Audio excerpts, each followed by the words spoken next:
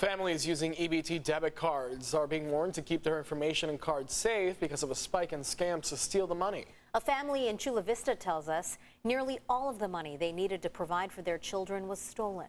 CBS 8's Regina Urita met the family, who says they are really struggling to make ends meet. I met with Cynthia and Fernando, who tell me they're close to going homeless. They used an electronic benefit transfer card, also known as an EBT card, to buy groceries. It's given to low-income families, especially those with a disability.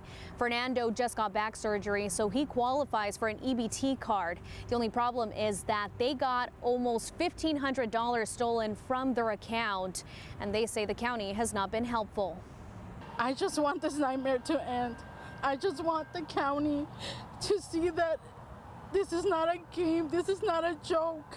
A couple in Chula Vista say they have been living a nightmare. Several weeks ago, Medina went to the grocery store and purchased food items for her 4 girls and her husband using her EBT card. But when she came home and checked her account, Cynthia noticed every single dime in her account had been withdrawn from somewhere in Mission Valley. This left her with only 91 cents to feed her family for the next month. All these things just start rolling as a mom, you know, you start thinking, like, when am I going to feed them? What am I going to change them with?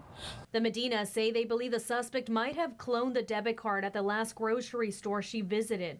It had to be at the cashier. It must have been something with a camera because it had her PIN. Chula Vista Police Department say they're dealing with over 50 active cases that involve EBT scams.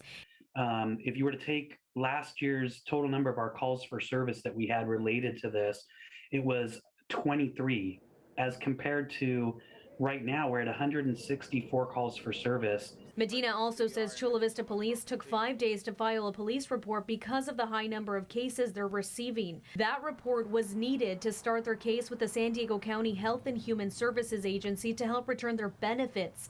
But now the county is saying it will take 25 days.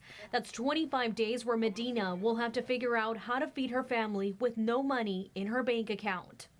Chula Vista Police Department say to avoid a situation like the one the Medina family are suffering with, always check your surroundings. Try to avoid showing off your PIN when you're putting it down, and most importantly, file a police report. Regina Urita, CBS 8.